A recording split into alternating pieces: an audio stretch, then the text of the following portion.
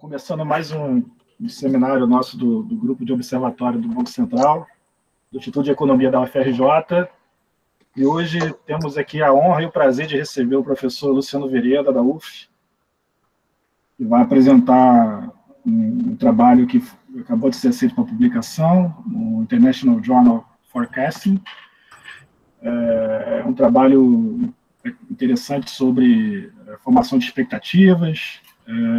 É um tema bastante debatido e enfim, discutido, sobretudo na academia, em relação a como é que os agentes formam essas expectativas, como é que se dá essa interlocução aí entre os agentes e o Banco Central, por exemplo, né? Então, eu espero aqui que vocês gostem, tenho certeza que vão gostar. Fiquem à vontade para fazer perguntas, de acordo com o andamento da apresentação, podem interromper se for o caso, ou deixem para o final, que eu transmito as perguntas aqui para o professor Luciano Vereda. Então, Luciano, assim, aqui nosso grupo tem essa informalidade mesmo, a gente pode ficar à vontade, você está em casa, obviamente, e o espaço é todo seu, e mais uma vez, obrigado aí pela sua participação, que muito nos honra, e estamos muito felizes aqui em tê-lo conosco nesse momento. Então, o espaço é todo seu agora.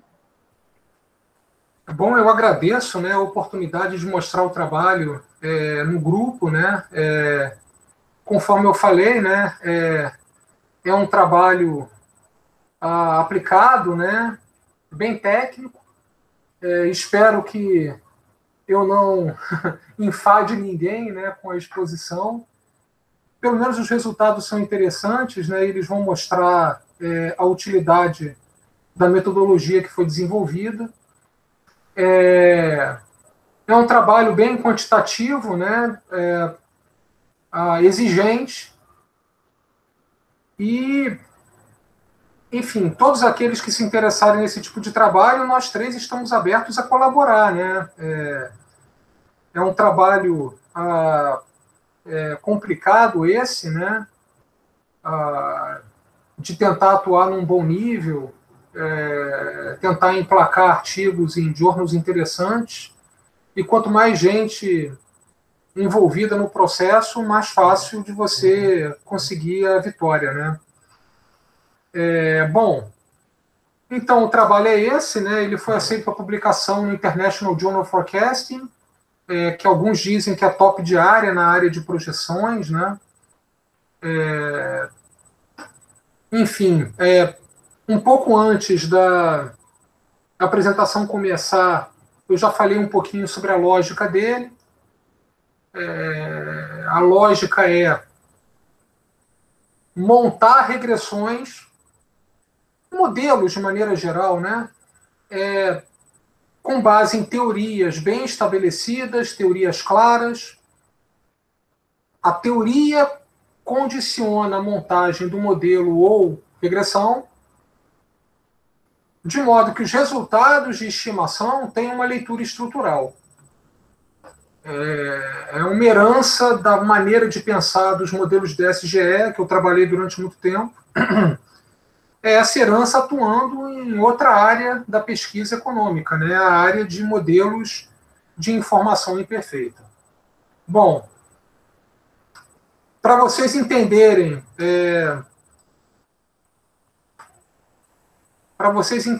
a lógica do trabalho, né, a gente está dialogando com a literatura de modelos de formação de expectativas, proposição teórica dos modelos, levar esses modelos aos dados.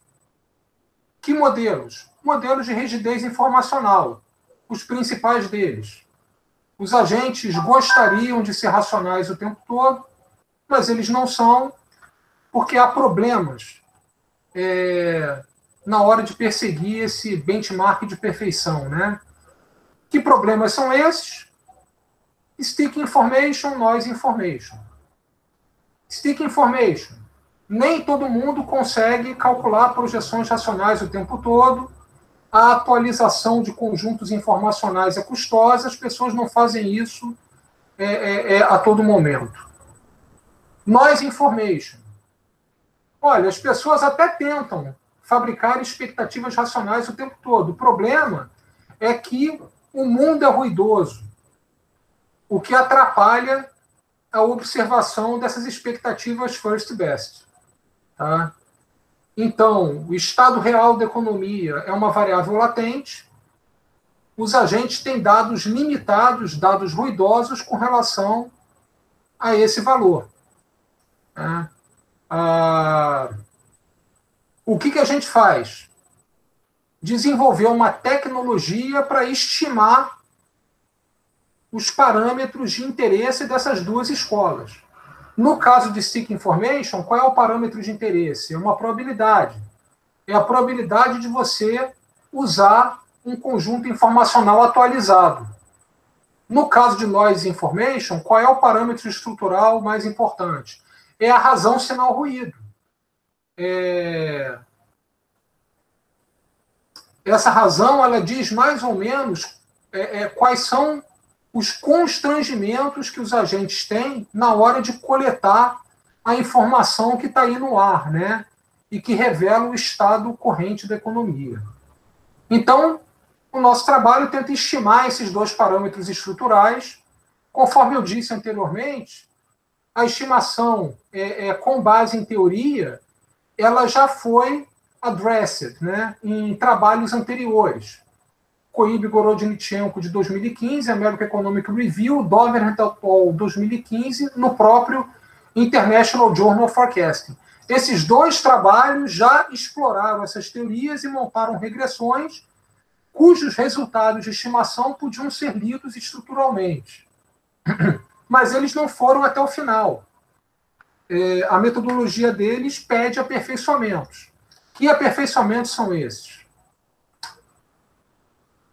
Olha, se você acredita nas teorias que dão uma leitura estrutural para os parâmetros estruturais, então você também deveria acreditar nas teorias de maneira a caracterizar os erros das regressões que vocês levam aos dados. Essa é a nossa contribuição. Olha, na regressão que o Koibel e o Gorodnichenko levaram aos dados, os erros não são qualquer coisa.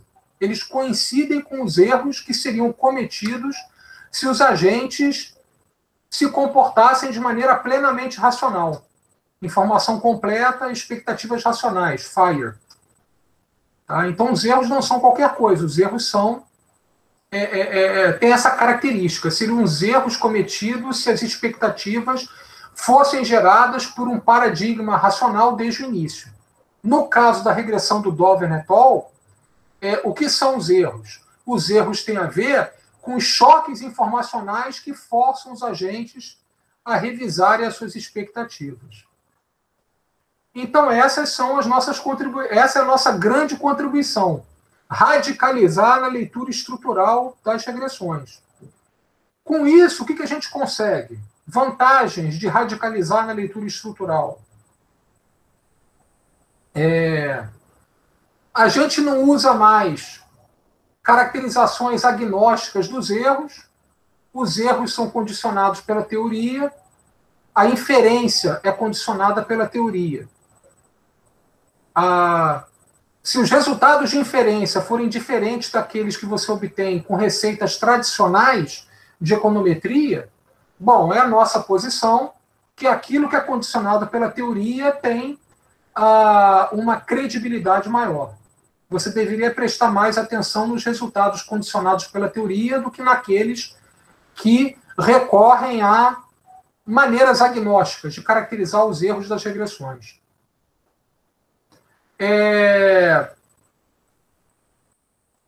A nossa tecnologia permite que a gente caracterize os erros cometidos pelas expectativas racionais, tomando emprestado visões de trabalhos anteriores, esses aí que vocês estão vendo, Nordhaus, Davis e Lahiri, Clements Schultz-Steckler, vários. E na visão desses autores, se as expectativas são racionais, as projeções elas se comportam como martingales e as revisões são IID. Então a gente incorpora isso, a gente tem espaço para incorporar isso. Né? Na verdade, na perspectiva desses autores,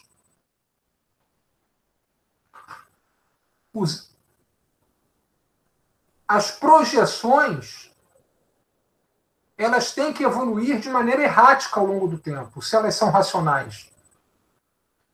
Por quê? Porque as revisões das projeções devem ser I+D sob uma perspectiva de racionalidade. Se não tem racionalidade plena, o que você observa é uma evolução mais organizada, mais suavizada das projeções para o mesmo evento. Tá? Então, a evolução das expectativas racionais ao longo do tempo, ela é, por assim dizer, errática. Os choques que forçam a alteração das projeções, eles são I+D. Né? Além disso, os erros cometidos por expectativas racionais, eles acumulam os choques que foram fazendo essas revisões acontecerem ao longo do tempo. Né? Então, eu fiz uma projeção em janeiro de 2017 para a inflação de 2017. Por que eu errei? Porque choques aconteceram ao longo do ano de 2017. O choque de janeiro, o choque de fevereiro, o choque de março, o choque de abril e assim por diante. Esses choques foram se acumulando e explicam o erro cometido pela projeção que eu propus em janeiro de 2017. Então, essa é a visão de racionalidade que nós estamos acolhendo. Os erros cometidos por projeções racionais, eles refletem o acúmulo dos choques que vão ocorrendo ao longo do tempo.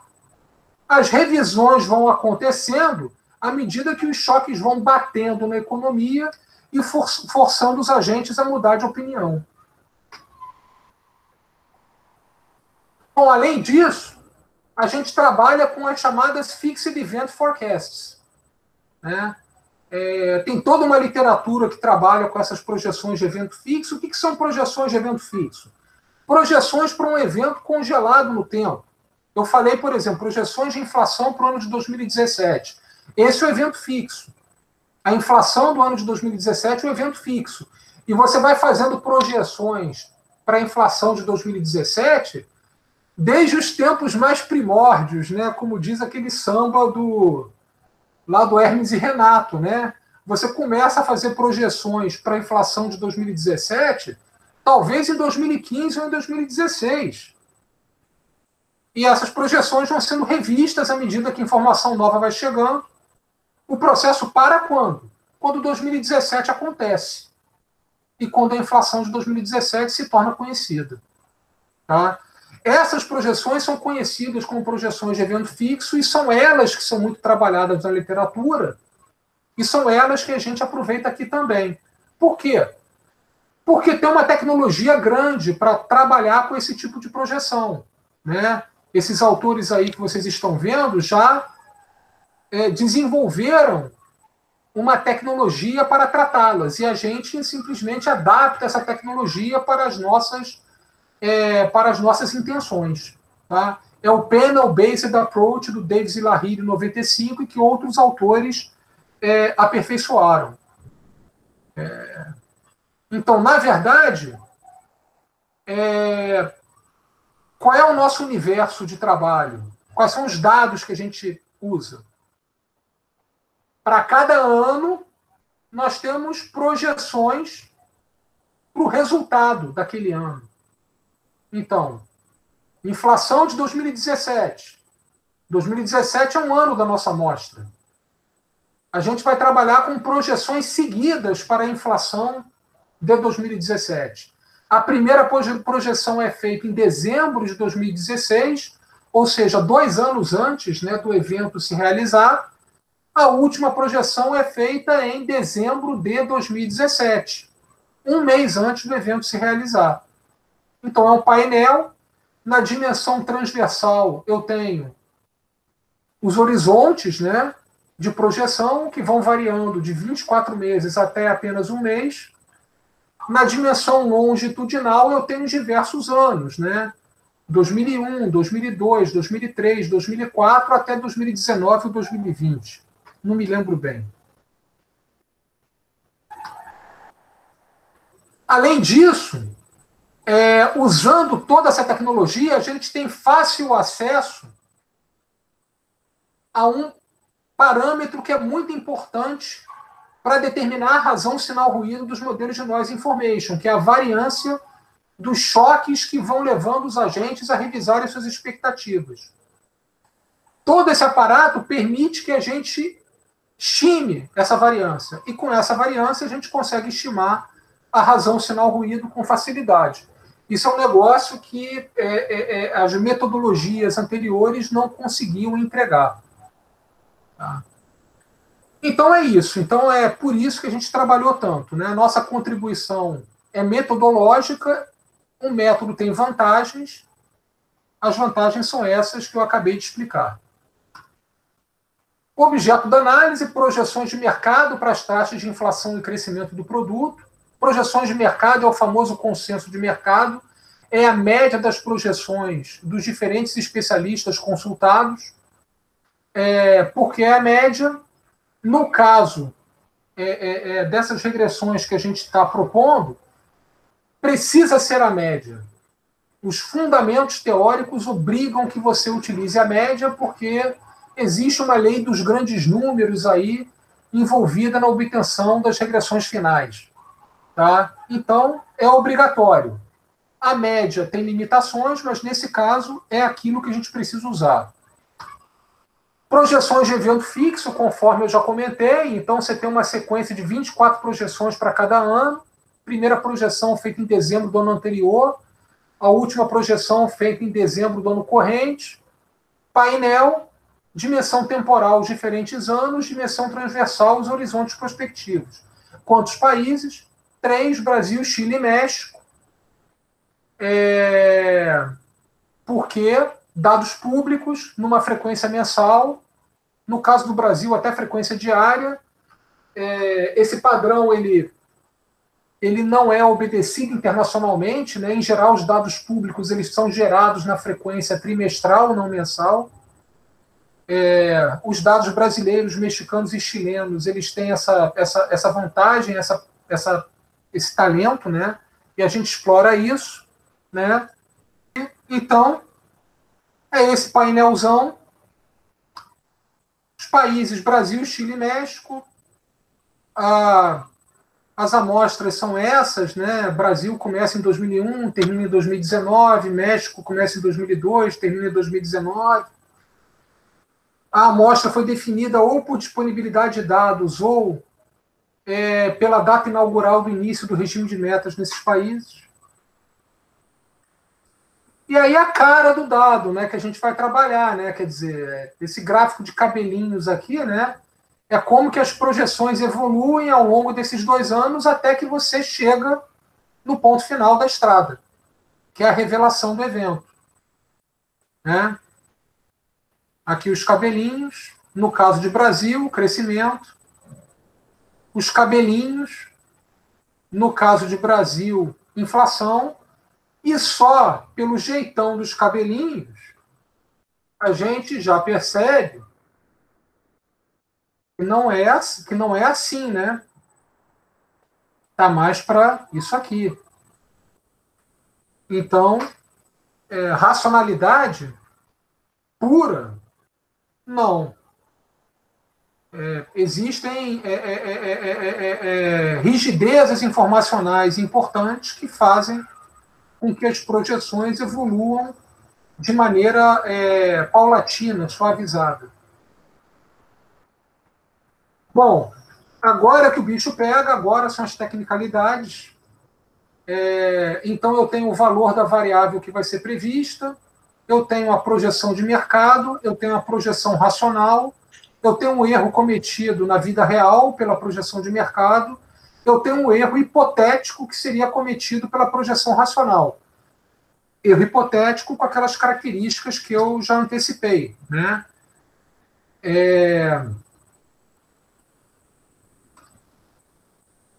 Sob stick information, a projeção do mercado é a média ponderada das projeções calculadas em momentos diferentes.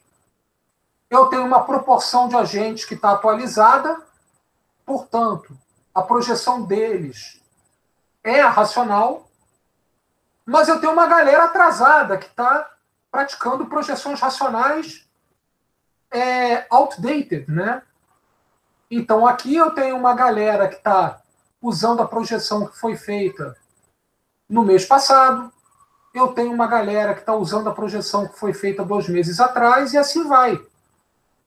Então, a projeção de mercado de hoje é essa média ponderada de projeções atualizadas e projeções já antiguinhas.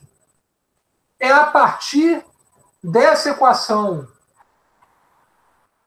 para o cálculo da projeção de mercado que a gente faz umas contalhadas e chega na regressão do Koibion e Gorodnitchenko 2015, que associa o erro da projeção do mercado o erro da projeção que o mercado fez para a variável de interesse H meses antes do evento se revelar. Aqui tem esse erro. Do outro lado tem o quê? A revisão da projeção que foi feita entre H mais 1 meses atrás e H meses atrás. Então, são erros em revisões.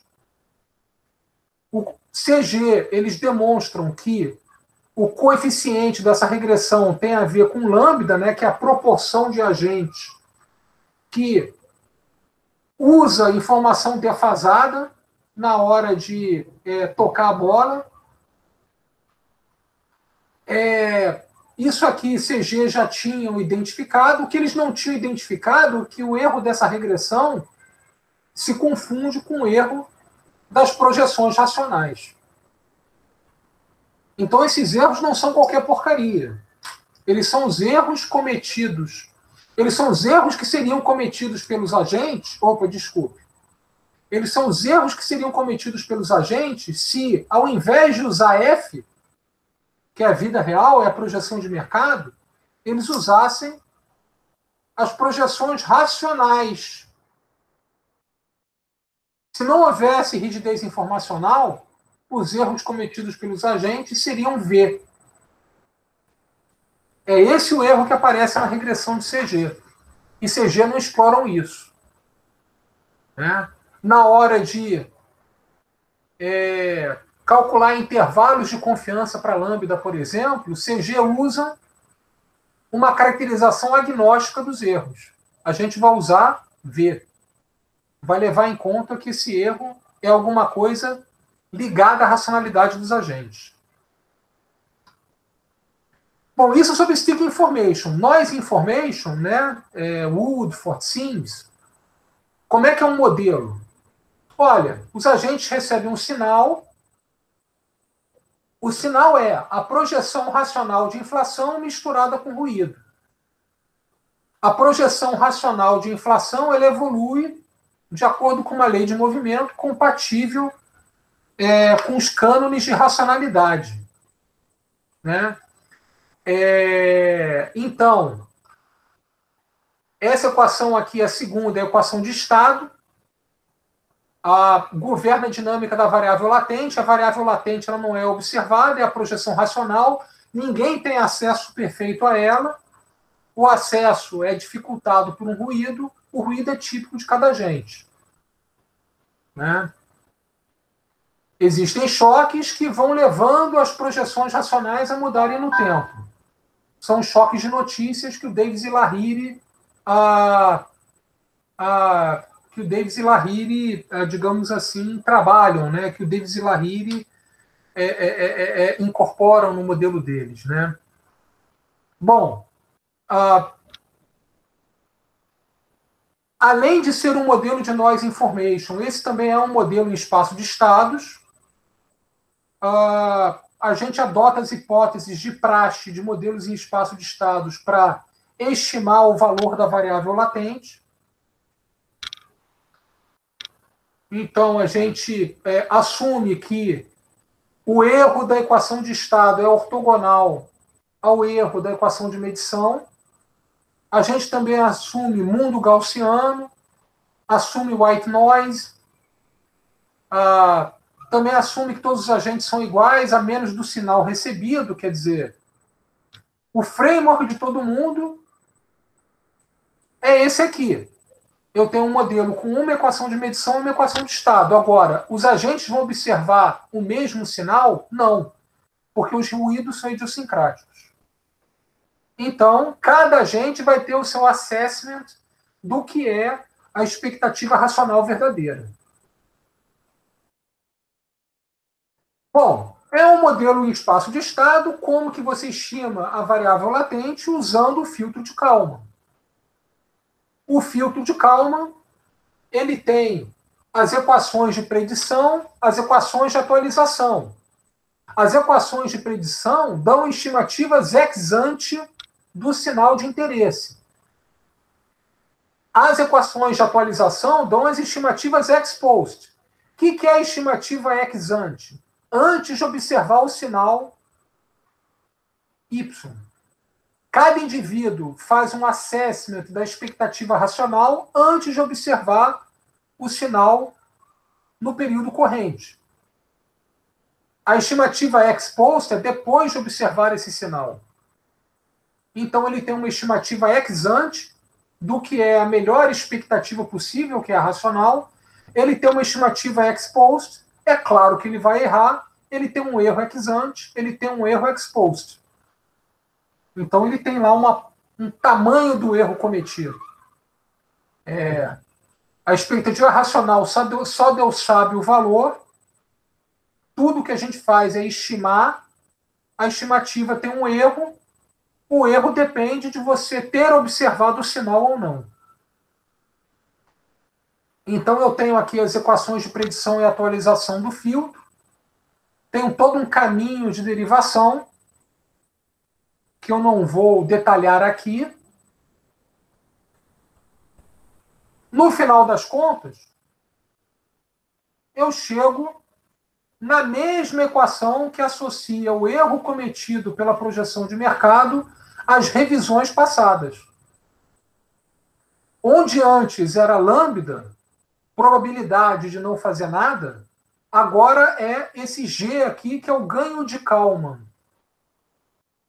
É um parâmetro importante do modelo de noise information. O que é o ganho de Kalman?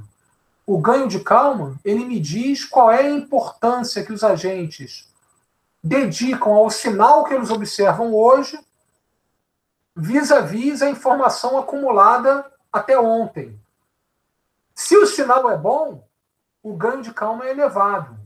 Quando chegar a informação nova, eu vou estar atento a ela. Se o sinal é ruim, o ganho de Kalman é baixo. O passado vai condicionar a minha projeção corrente com força. Então, o ganho de Kalman, ele também é uma medida do grau de rigidez informacional e ele aparece aqui na regressão CG. CG, esses caras não são amadores, publicam em alto nível há no mínimo 10 anos, né? Perceberam que o ganho de Kalman estava aqui. Estava no coeficiente da regressão. O que eles não perceberam? O erro da regressão é o V, é o erro da expectativa racional. Tá? Então, gente, no fundo, a gente trabalhou para quê? Por que o nosso artigo vendeu? Nosso artigo vendeu porque nós vimos que o erro da regressão era isso aqui. E por ter visto isso aqui,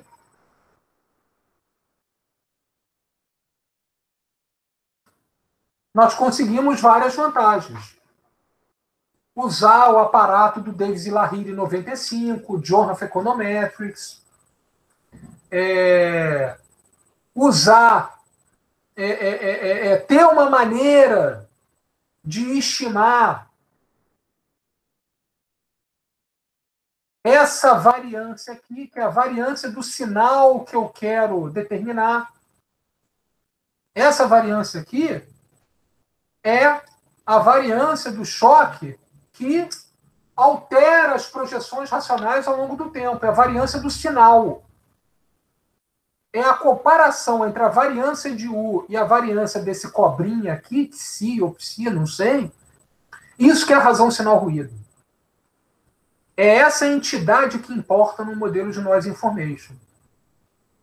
Então, como a gente tem acesso a esse U aqui, que é o choque que faz as revisões acontecerem, a gente consegue determinar sigma ao quadrado U e, portanto, consegue também determinar a razão sinal-ruído, que é a razão entre sigma ao quadrado U e sigma ao quadrado de π.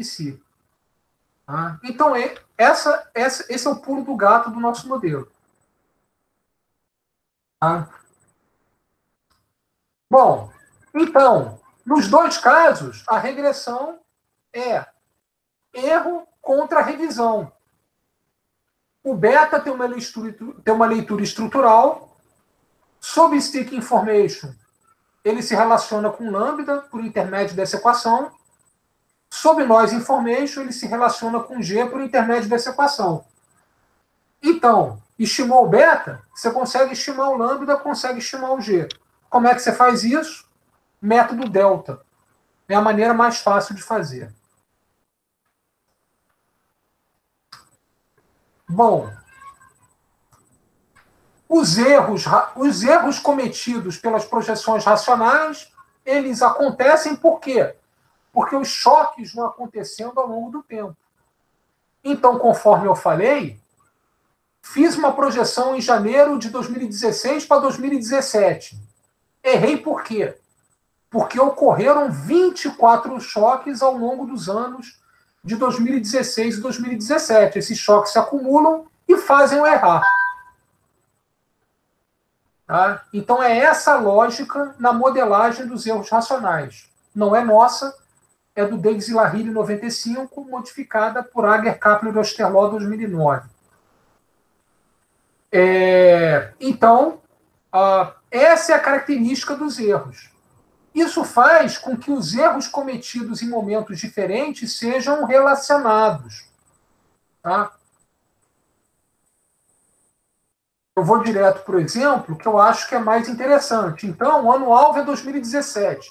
Estou projetando a inflação de 2017. Faço uma projeção em 2016, janeiro. Faço uma projeção em 2017, janeiro também. Por que eu errei a minha projeção? Por que houve erro na minha projeção de janeiro de 2016?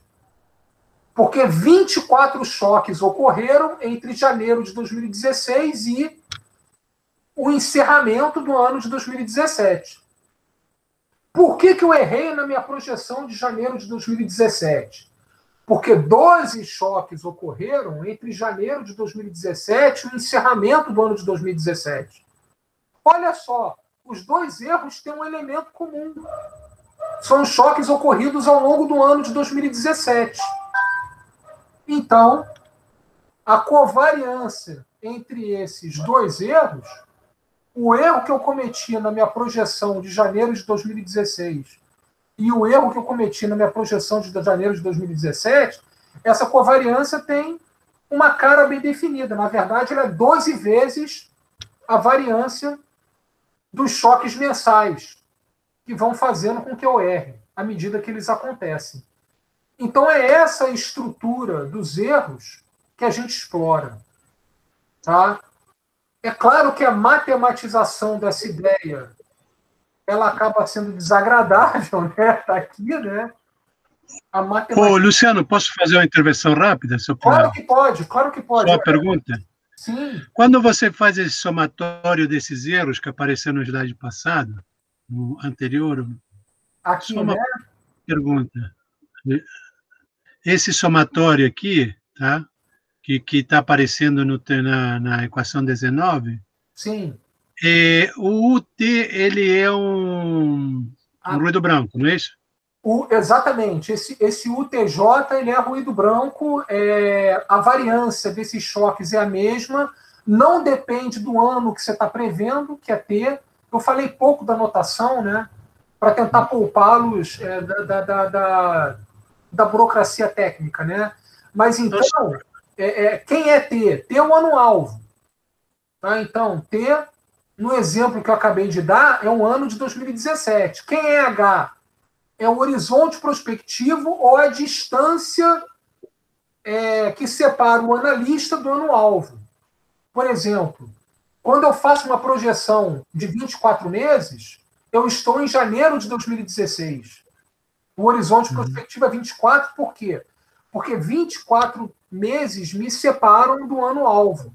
Nesses 24 meses, uma sequência de 24 choques vai acontecer. Esses 24 choques, eles são IID, mas são homocedásticos. Certo, mas a minha pergunta é a seguinte, porque, vamos dizer, nessa literatura que um pouco que eu trabalho e tal, quando você faz esse somatório desses choques desses ruídos brancos, você tem como se fosse uma tendência estocástica aí nessa tua, entendeu? Então você pode estar, não sei, aquele teu cabelo, não sei se que aparece, pode estar sendo formado por essa, digamos assim, essa tendência estocástica do choque, né? Não sei, assim, pelo menos é um pouco dessa formação da tua...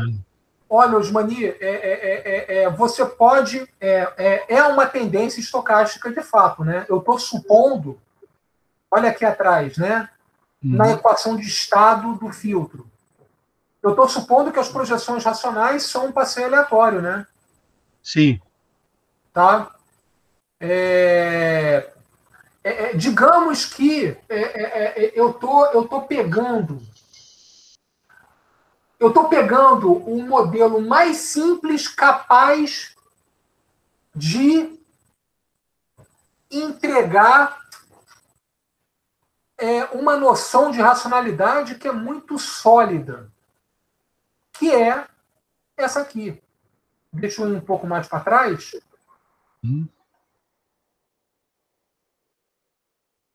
Opa, não, fui muito para trás. Essa aqui. Aqui é a noção do Nordhaus. Projeções racionais evoluem erraticamente ao longo do tempo. Tá? Então, o modelo mais simples para capturar essa ideia de Nordhaus é o das projeções racionais evoluírem como um passeio aleatório. Tá? Você poderia até falar, assumir leis de movimento mais complexas para esse processo. Só que aí você teria mais parâmetros para estimar o seu modelo. Entendi. Só queria essa observação, tá correto. Só queria só colocar essa observação Então, de fato, a tua impressão de que tem uma tendência estocástica no modelo de noise information, tem sim. A gente está supondo que as expectativas racionais evoluem como um passeio aleatório. Na verdade, esse modelo aqui é uma espécie de local level model, né? Isso. E que você tem uma... Mas eu acho que a vantagem é que você tem uma alimentação, porque você está, digamos assim, limitando o horizonte, né? Então, você tem como se você tivesse uma tendência estocástica limitada, né? Assim, que você não vai ter uma coisa que vai para mais ou menos infinito, entendeu? Então, assim, essa era... Se a gente trabalhasse se a gente trabalhasse com um intervalo ilimitado, aí talvez a gente tivesse que levar em conta alguma característica de retorno à média, né? Isso. Tá. Sim. Não, mas tá beleza, era só isso, só para não te atrapalhar aí, né? Desculpa aí. Não atrapalha nada não, porque, enfim, na verdade, essa era uma dúvida, essa é uma dúvida que aparece muito, né? Quando a gente usa esse setup do Davis e Lahiri, essa evolução como um passeio aleatório, ela deixa as pessoas ansiosas, né? Então, eu tento vender essa opção dizendo que é a maneira mais fácil de você modelar a evolução das expectativas racionais ainda aderindo às noções de racionalidade mais pervasive na literatura, né? Uhum. Ok? Tá certo. Depois podemos, talvez, discutir isso aí mais tarde. Segue o jogo então. Beleza. Bom, Obrigado. então é isso, né? Quer dizer, é assim que a gente está modelando os erros das regressões, né? Com essas noções, né? Então, enfim, se você quiser matematizar essa estrutura, você faz assim. Detalhes no paper, nos apêndices. E aí, bom, como é que você estima? Você monta um painel, aqui os erros, para cada ano-alvo e para cada horizonte prospectivo, aqui as revisões, os erros cometidos pelas projeções racionais, com uma característica específica que condiciona a matriz ensanduichada e que é necessária para calcular a variância do estimador de mínimos quadrados ordinários do beta, né? O beta-chapéu é a conta tradicional de MQO, a variância do beta-chapéu também é a conta tradicional, só que quem é a matriz ensanduichada? Não é qualquer porcaria, é a matriz condicionada pela racionalidade dos erros da regressão. Tá? Vale dizer que essa matriz aqui, ela só depende de um parâmetro, tá? Que é justamente o parâmetro que a gente precisa para estimar a razão sinal ruído do modelo de noise information. Tá? Bom, é a cara da tal matriz, só depende do sigma ao quadrado U, o resto são números conhecidos que nada mais fazem do que contabilizar choques comuns, né? Para sair de beta para lambda, método delta. Para sair de beta para G, método delta. Como é que você estima o sigma U? O Ager, Kaplan e o Osterloh, eles propõem uma regressão que funciona. Tá? Não vou entrar em detalhes aqui. Tá? É uma regressão tranquila, mas eu vou avançar para a gente não, enfim, não adiar o sextou, né? Bom, então, Koib-Grodichenko acabou. Já aproveitamos. Já fizemos uma revisão da tecnologia deles. Agora, Dover-Netol. Como é que a gente chega na regressão do Dover-Netol? Parte da regressão CG, faz umas contas, chega na regressão DFLT. Revisões correntes em revisões passadas. Sob Stick Information, o coeficiente da regressão é o lambda. Sobre Noise Information, o coeficiente da regressão é 1 menos o ganho de calma. O erro é qualquer coisa? Não. Ele é o choque U. Ele é o choque que força as revisões das expectativas racionais. O erro é proporcional a esses choques. Mais uma vez, os erros eles são condicionados pela racionalidade.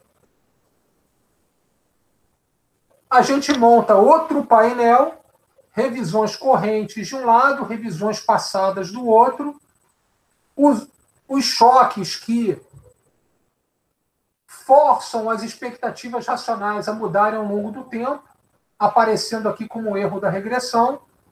Essa é a regressão.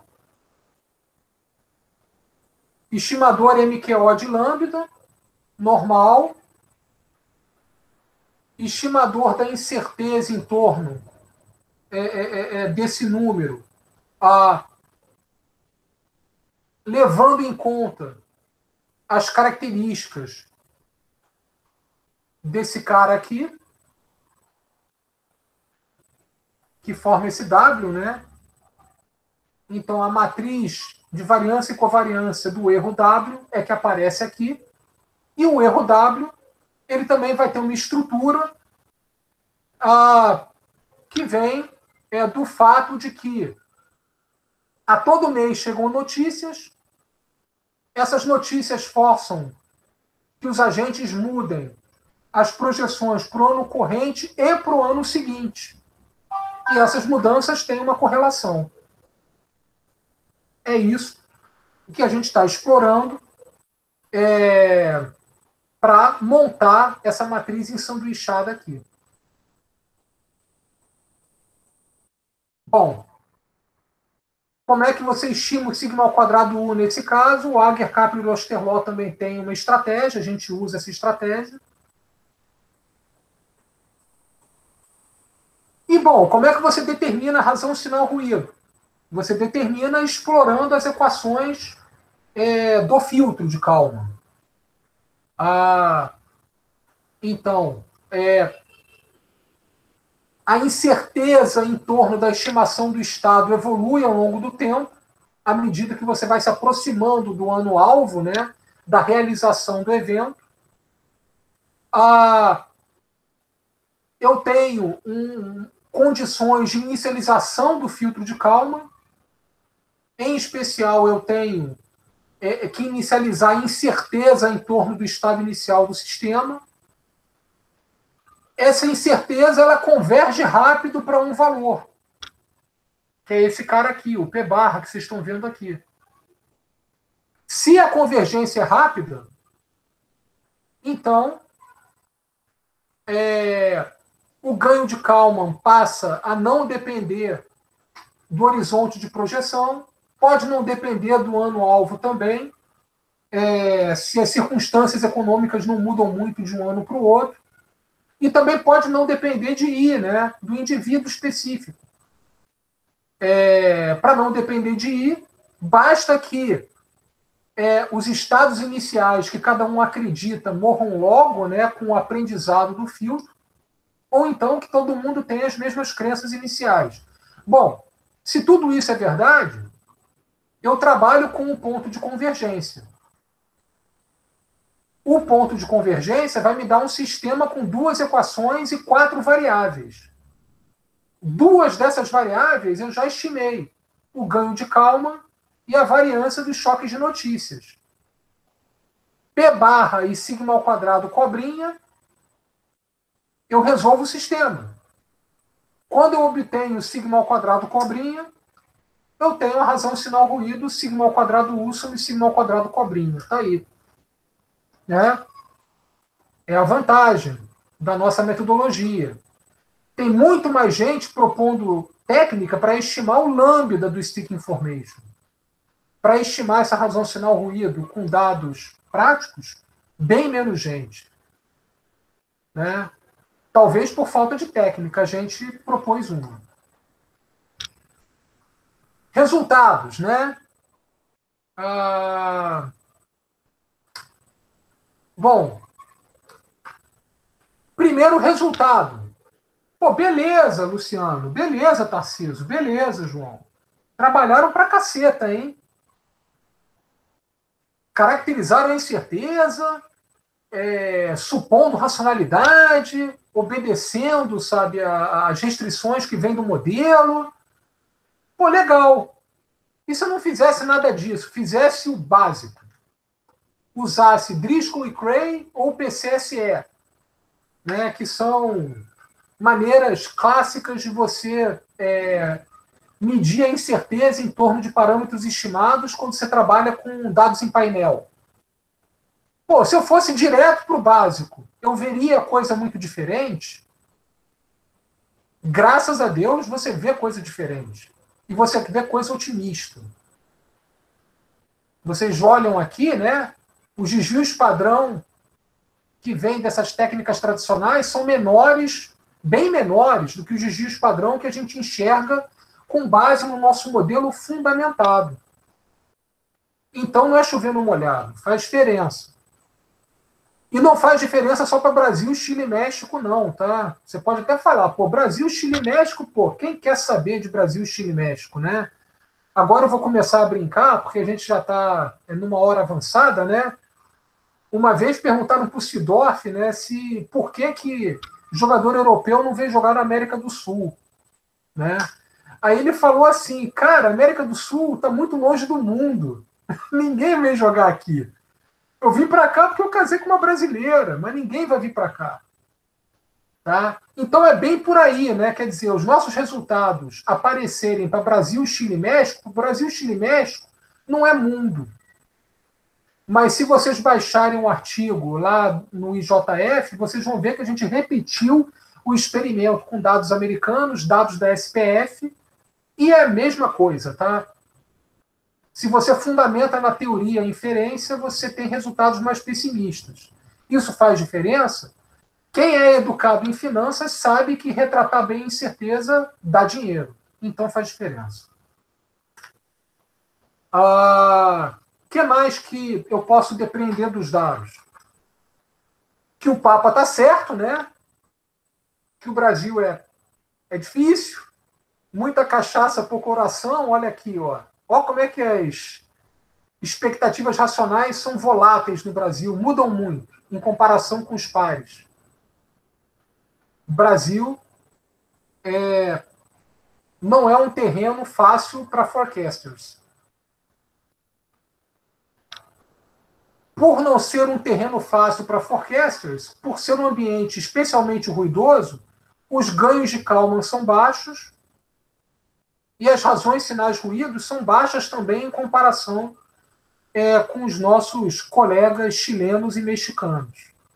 Isso independente da variável que você está prevendo, se é inflação ou se é crescimento.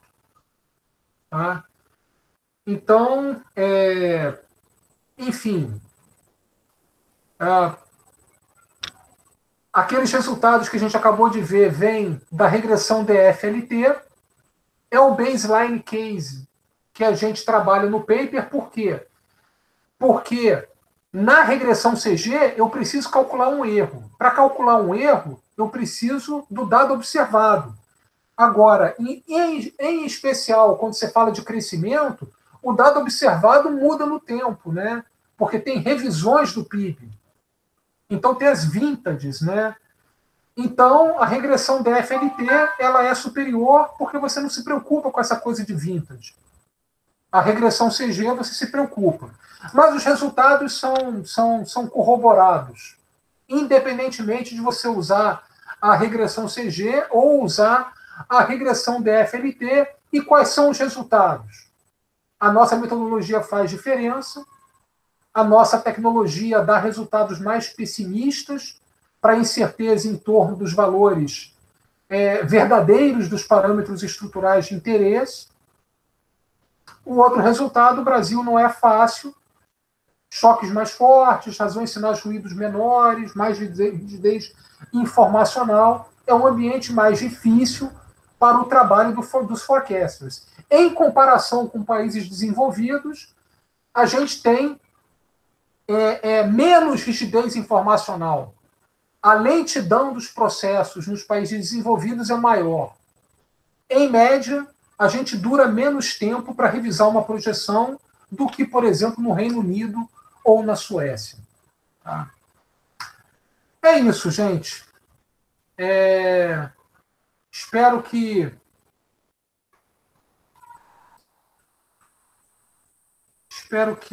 a apresentação tenha sido útil, né? E agora eu estou aqui para apanhar. Quem quiser fazer pergunta, pode fazer, comentário. Osmani já fez algumas, né?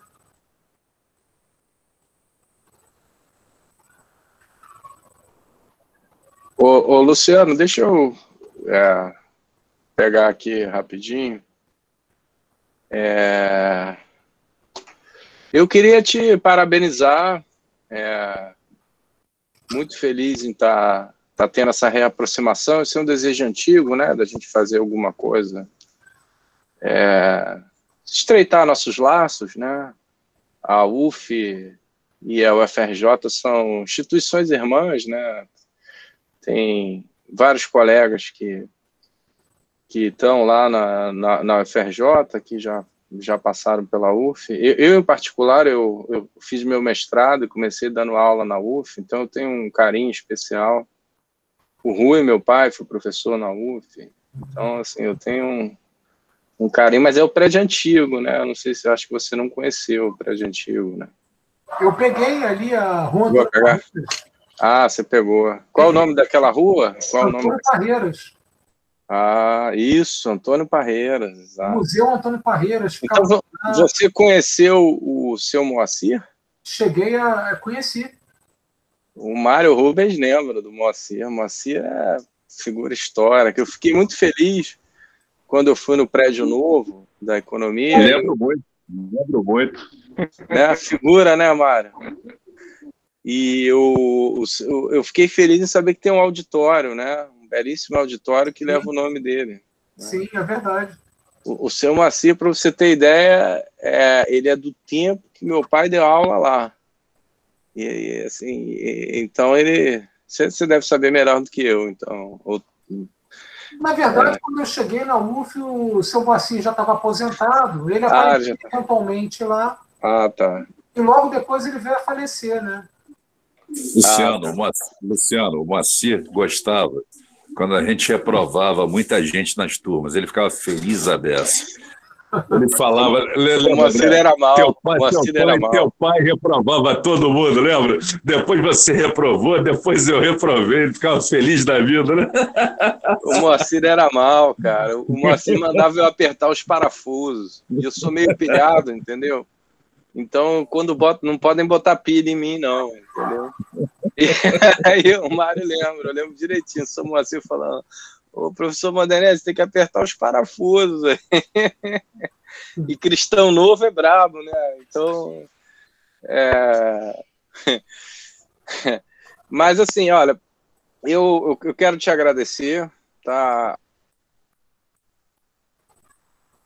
Feliz em ver que o Observatório está unindo pessoas que fazem coisas próximas, mas que não se encontram, né? Então, acho que esse é o nosso objetivo aqui, esse é um grande ponto de encontro, uma plataforma, uma grande rede, tem espaço para todo mundo, então depois a gente conversa no privado para ver aí, eventualmente, uma forma da gente colaborar institucionalmente. Eu estou muito atrás desses vínculos institucionais, eu acho importante para a gente ter essa institucionalidade. Aí queria parabenizar também o João Gustavo lá, seu coautor, o Tarciso, e tem mais um coautor, desculpa, eu estou meio fora, vocês sabem que hoje foi um dia difícil para mim. Não, desse aí só os 3. A gente teve assistência do Derek, mas foi assistência do Derek. Tá. Exploramos o Derek. Eu quero aproveitar apresentar a vocês o Cleiton Costa. O Cleiton é aquelas peças raras que a gente encontra, né, na universidade pública. Ele é prata lá da casa ele é da Rural. Eu cheguei através do Cleiton. E o Cleiton está carregando o piano do Observatório e eu acho que ele tem muito a conversar aí depois com vocês. E aí já fica aí até uma sugestão de, eventualmente, né, pensar em subgrupos temáticos, porque eu estou vendo um grupo temático aqui, né, uma galera bem quantitativa, né, o Luciano, o Cleiton tem essa pegada, o Cleiton, ele quer fazer o mestrado lá na engenharia elétrica, onde você estudou. Eu não lembro, foi o Cristiano Fernandes que te orientou, Luciano? Na verdade, quem me orientou foi... Eu comecei minha carreira como engenheiro, eu fiz mestrado, mas não foi lá com o pessoal do Cristiano, do Álvaro. Ah, eu pensei que tivesse sido. Eu fiz mestrado no CETUC, em telecomunicações. O meu orientador foi o Abraham. Mas lá na PUC, né? Na PUC, isso. Ah, eu achava que você era da galera lá da elétrica. Não sou. Depois eu conheci o Cristiano, o Álvaro. Ah, tá. Eu lembro da gente falando deles, então não recordava. Então aí depois já fica aí te pedir um favor para depois você e o Cleiton trocar figurinhas, tá? Porque o Cleiton está interessado. E aí o que vocês puderem se ajudar aí. Eu já me disponibilizei a dar uma carta, mas eu fui aluno do Cristiano na graduação, né? E, enfim, depois vocês conversam aí. O Cleiton, ele é graduando ainda, depois ele fala. Eu não vou tomar o tempo de vocês, não, só agradecer a participação de todos. Hoje foi um dia especial para mim, eu tomei a vacina ontem, estou tendo uns calafrios, estou aqui todo agasalhado. Acabei de chegar lá meu pai nasceu de novo, né? Ele internou na sexta para fazer um exame e de lá grampearam ele no pró-cardíaco. Eu estava em Itaipava, estava em Araras, na verdade. E então essa semana ainda não caiu a ficha da semana, né? Aconteceu muita coisa. Mas eu fico muito feliz assim, de estar vendo vocês. É uma honra enorme, assim, velhos amigos, grandes amigos, o Mário Rubens, o Tarcísio, o Osmani, são pessoas muito queridas, todas muito competentes, e eu só me orgulho de estar aqui. Isso é um coletivo, gente, assim, tem espaço para tudo, é só propor para a gente que a gente aceita. Então, veja aí como você pode participar, e aí depois a gente fala com mais calma. Você já tomou a primeira dose, você já pode voltar. Oi, André. Lá na piscina do Fluminense. Já pode nadar. Eu tô precisando de um relaxamento, cara. Não aguento mais esse isolamento. Cara, senão enlouquece, cara. Eu literalmente surtei ali nos 8, 10 primeiros meses. Mas depois a gente fala sobre isso. E é o gerenciamento de risco. A gente tem que gerenciar os riscos, né? Porque o risco de ficar em casa também, sem fazer nada, não dá. Não, você começa a ter um problema, sem dúvida. E eu lembro que você tinha uma rotina você era muito assíduo, né, na natação, você estava sempre lá. Cara, o Fluminense para mim era tudo, cara. Mas ele tá lá, cara. Olha só, para quem sobreviveu tá melhor, o Luciano, para quem sobreviveu tá melhor, porque tá muito vazia a piscina. André. Fala aí, Mário. Fala, Mário. Olha só, eu queria elogiar a apresentação do Luciano. Muito legal, tá? Gostei bastante, tá muito legal. Mas só tem um errozinho. O exemplo do Seedorf em cima do Botafogo não é referência para ninguém, né? Essa coisa mais cuidado de falar do Botafogo, que o Osmani é botafoguense, hein? O Seedorf falou isso, cara. O Botafogo é time, pô. Mas o Seedorf é jogador, né? O Seedorf ganhou o Champions League acho que 3 vezes, né? Não, ganhou um título ridículo de campeonato carioca, que o Botafogo não ganha 10 anos, pô. Mas isso ele queria levar a mulher brasileira para passear, mano. Eu só ia brigar mais com você se você desse exemplo do Fluminense, mas isso não deu, pô. Eu tô quietinho, né? Você tem que ver o seguinte, o Seedorf adora a mulher brasileira dele, o cara é fanático pela mulher dele, porque veio jogar no Botafogo, no Brasil, no Botafogo, e ele fala português, hein? Eu sei disso. Essa entrevista foi em português, não foi em inglês, não. Ele falando português. André, a gente fala isso com o nosso melhor amigo, o meu melhor amigo, um dos melhores amigos do Luciano, é conselheiro do Flamengo, né? Eu sou flamenguista também. Isso aí a gente explica muito.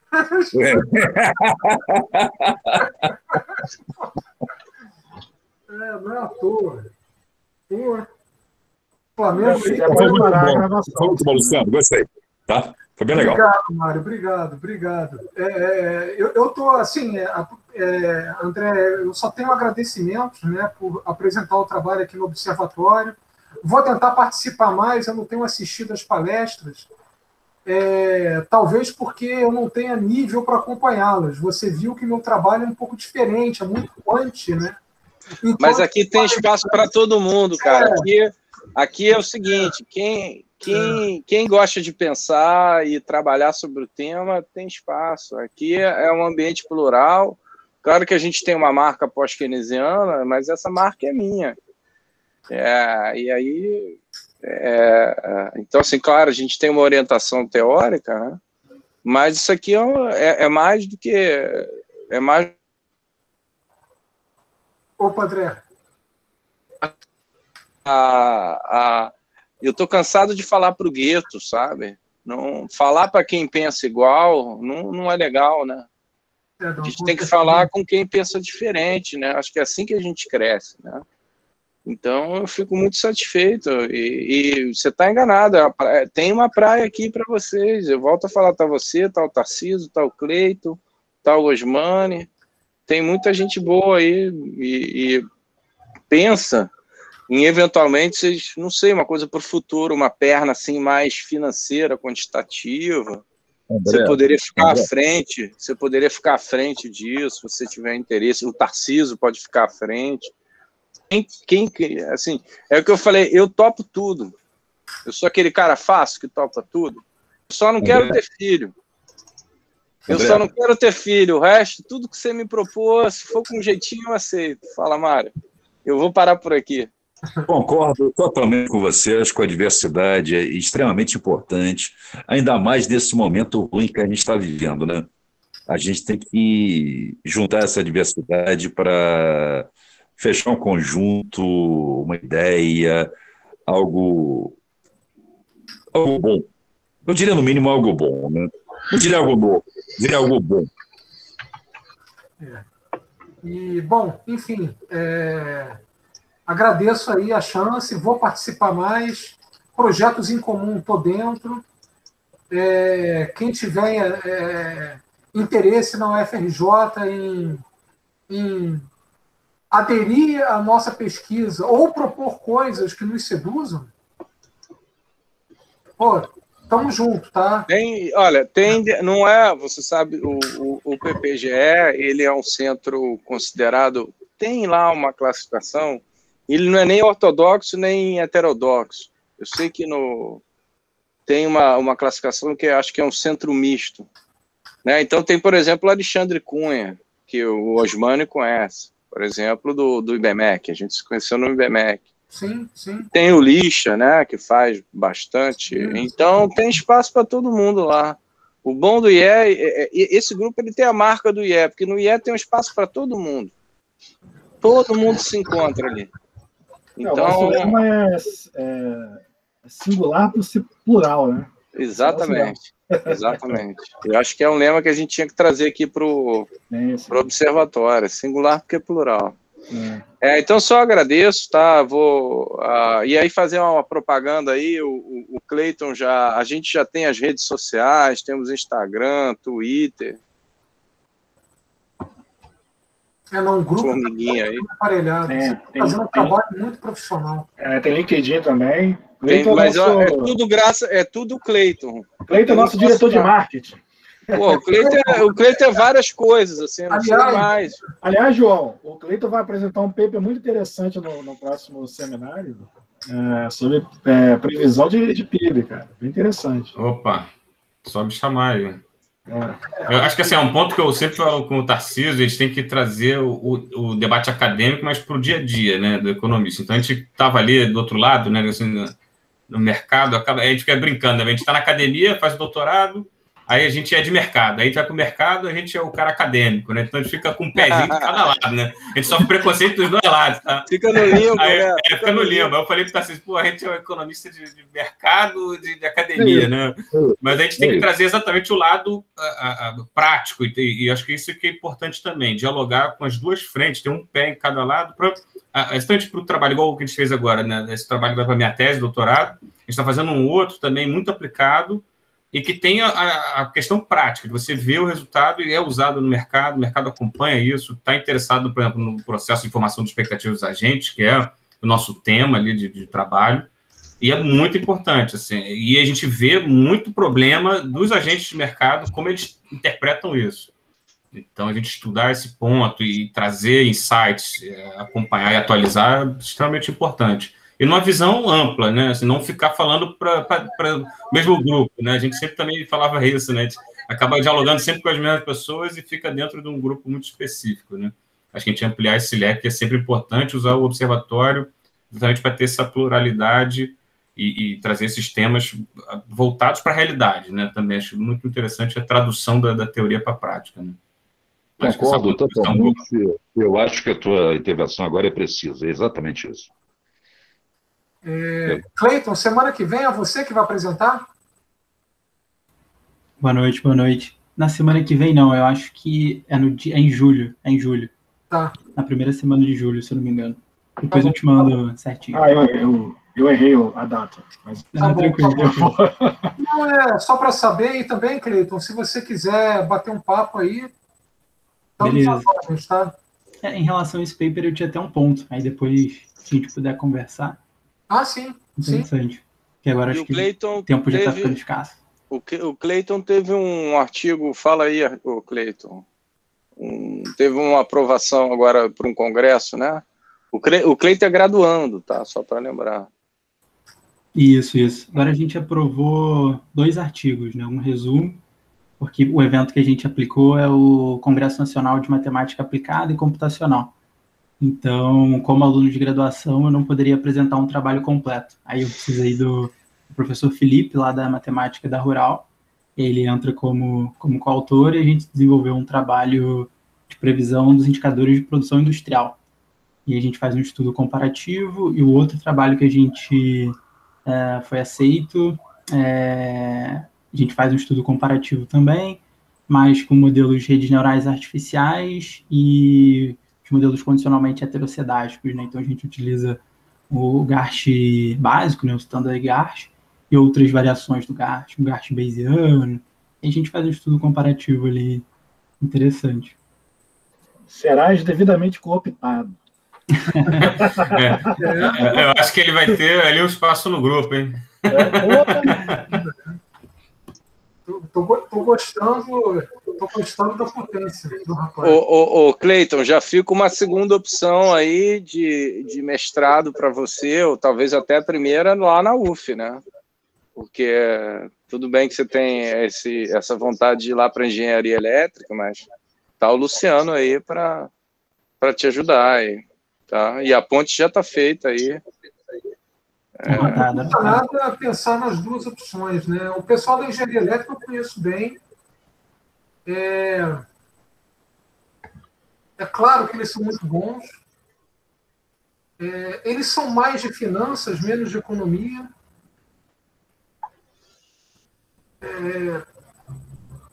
Então, talvez você tenha uma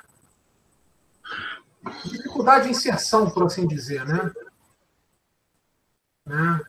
Eu acho que uma dificuldade que você teria vai morrer agora, né, com o novo quality da CAPES, né?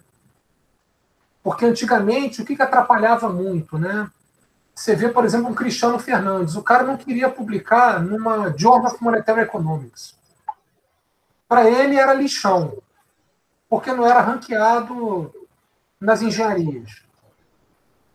E ele era cobrado para publicar em revistas de engenharia. Isso era um ruído importante, tá? Para estudar lá. Mas agora, com o novo Qualis, vale o maior ranking, né? É o que eu escutei. Então, se o Journal of Monetary Economics existe, é ranqueado pela economia como A1, é A1 na engenharia também. Então, os caras agora vão querer recrutar gente de economia com mais boa vontade. Tá? Mas antigamente era complicado, né? Porque o cara de economia ia para lá e acabava trabalhando com séries de dados que não eram emocionantes para um economista, né? Você tinha esse risco. Agora esse risco tá meio que sanado, né? Talvez o Cristiano Fernandes, o Álvaro Veiga, eles tenham mais boa vontade de trabalhar com alunos com teu perfil.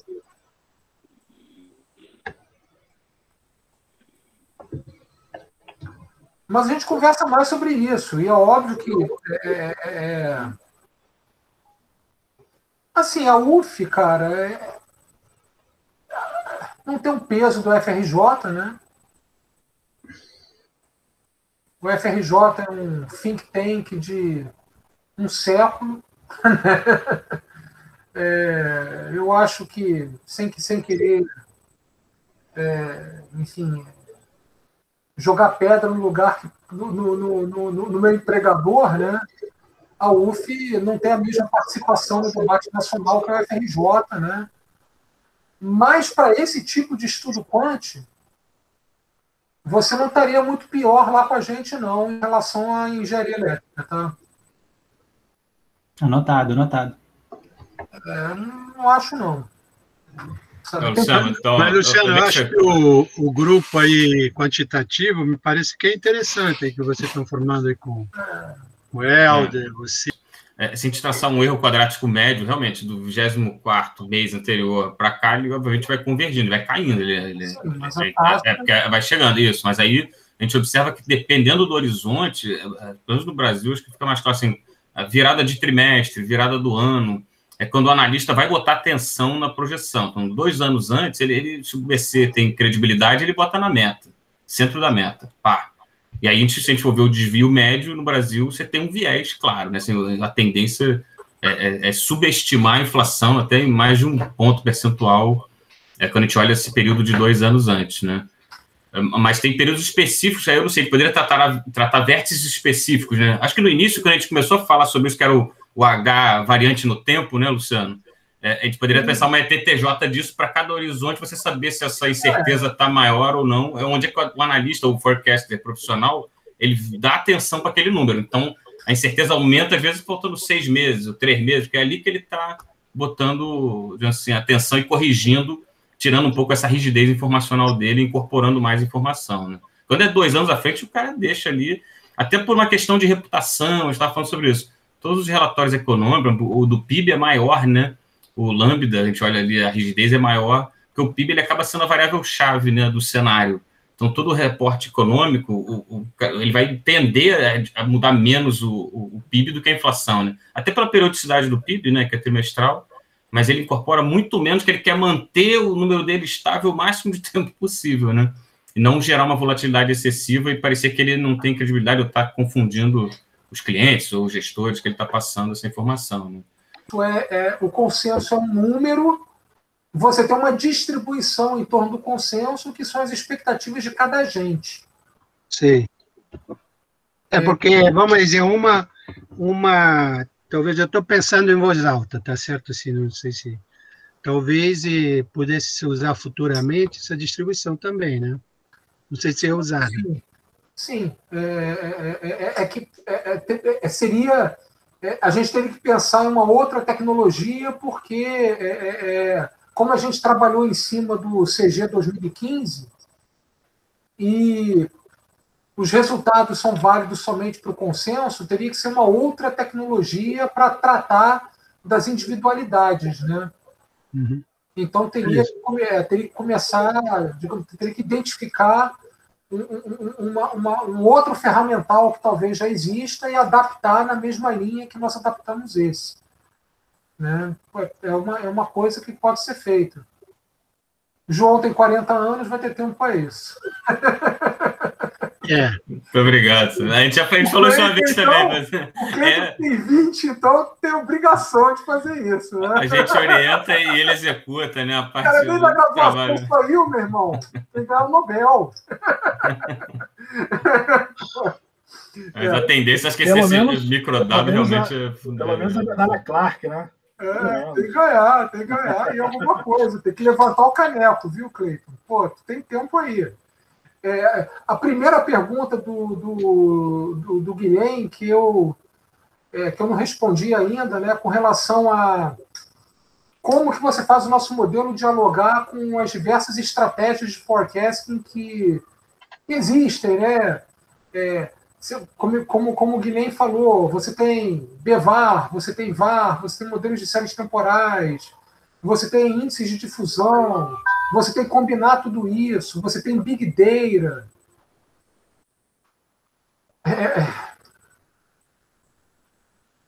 Eu honestamente não sei como usar o nosso aparato nesse universo ainda, tá? Eu ainda... É um modelo para produzir projeções. Ele é um modelo para julgá-las, né? Na verdade, para julgar, entendi. Qual é o tamanho da rigidez informacional que vitima essas projeções? Então, é um modelo de avaliação. Por exemplo, você pode até pegar esse aparato e avaliar estratégias de forecasting diferentes, né?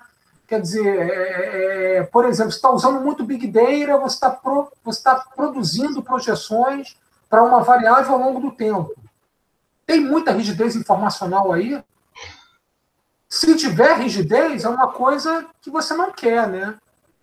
Você quer tirar as limitações da rigidez para chegar numa projeção pura, que é a racional. Se a tua técnica gera projeções que se mexem devagar, os erros são correlacionados, as revisões são persistentes, se a tua técnica gera isso, você pode melhorar para se aproximar do benchmark racional, né? Então, o nosso aparato é de avaliação de projeções, não é para produzir projeção. Beleza, beleza. Que fiquei pensando aqui também, que poderia ter a rigidez muito baixa, esses novos modelos de nowcasting, né? Você tem a informação, vai lá e atualiza imediatamente, processa aquele número. Mas aí eu estou pensando assim, é aquela ideia do fixed event, né?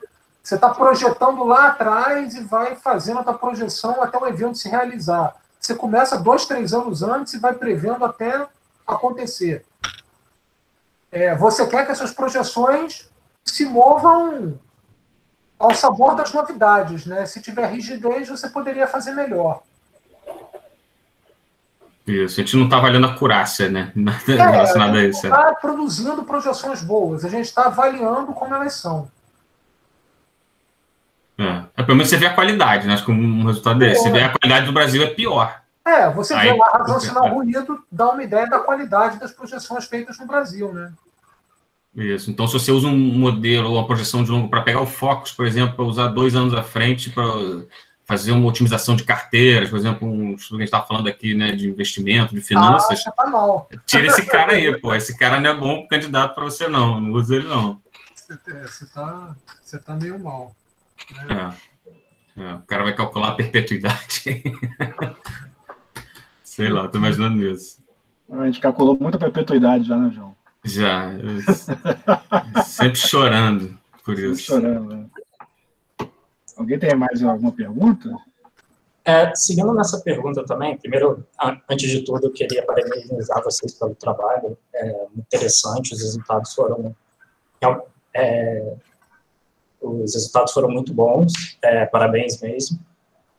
Mas seguindo um pouco nessa pergunta, talvez o modelo não sirva realmente para fazer previsão, mas sim para avaliar a previsão, mas de certa forma ele serviria para antecipar aumento de incerteza ou quedas de incertezas na economia? Olha, o que eu posso dizer para você é o seguinte: os modelos de projeção atuais eles estão levando em consideração que os agentes fabricam projeções com rigidez, entendeu? É que eu não sei exatamente onde que eu coloquei aqui o paper. Tem um paper do Carlos Viana, que ele não faz projeções somente com... Ele pega um modelo de séries temporais para inflação, modelo gordo, ele estima esse modelo, ele alimenta esse modelo com dados realizados e com expectativas. Quanto mais informação para parametrizar o modelo, melhor. Então, ele não usa só o que aconteceu. Ele usa as expectativas do mercado para estimar o modelo dele. E quando ele faz isso, ele leva em conta que essas expectativas são geradas com rigidez informacional, que existe persistência nas revisões. Então, Emerson, não sei se eu entendi bem a tua pergunta, quer dizer, os modelos de forecasting eles já estão conversando com as expectativas como insumo para sua calibragem, para sua estimação. Mas, além disso, quando você imputa as expectativas para ajudar o modelo a ser construído, você leva em conta que tem rigidez informacional. Tá? É um pouco nessa linha, realmente, porque, de de certa forma, você tem uma volatilidade nessas expectativas, né? E pode ser que essa volatilidade das expectativas tenha uma volatilidade também. E aí isso estaria diretamente, intrinsecamente ligado a essa rigidez, né? E aí poderia assumir, agora eu estou assumindo algumas hipóteses, que essa volatilidade não seja, volatilidade da volatilidade não seja fixa no tempo, ela aumente ou diminua, e aí talvez um modelo desse poderia antecipar esses movimentos. Eu acho assim, esse modelo vai ajudar você a tratar as expectativas para que elas te ajudem a parametrizar determinados modelos, tá?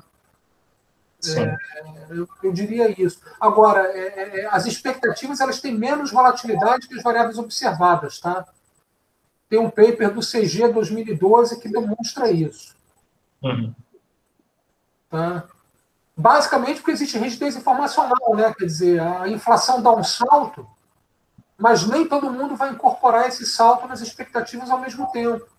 Então, a expectativa do mercado salta menos. Entendi. Obrigado. Bom, não sei se alguém tem mais alguma pergunta, pelo adiantado da hora. Acho que o Cleiton ficou animado, hein? Depois a gente conversa. Beleza. Pô, acho que é isso, André. Acho que a gente pode parar a gravação E se despedir. Agradecer aí ao Luciano pela apresentação. O debate foi interessante, gerou muitas perguntas interessantes. Tem estimulado também aqui mais pesquisas, o Cleiton aqui está animadíssimo. É isso aí, gente, foi bacana mesmo. E a ideia é essa mesmo, trazer um bate-papo plural, diversos matizes de pesquisa. É isso que engrandece a ciência e é isso que a gente precisa. Então, o nosso observatório do Banco Central é um grupo criado para isso, como o André falou. Então, todos são bem-vindos e o debate e a ciência que ganha com isso.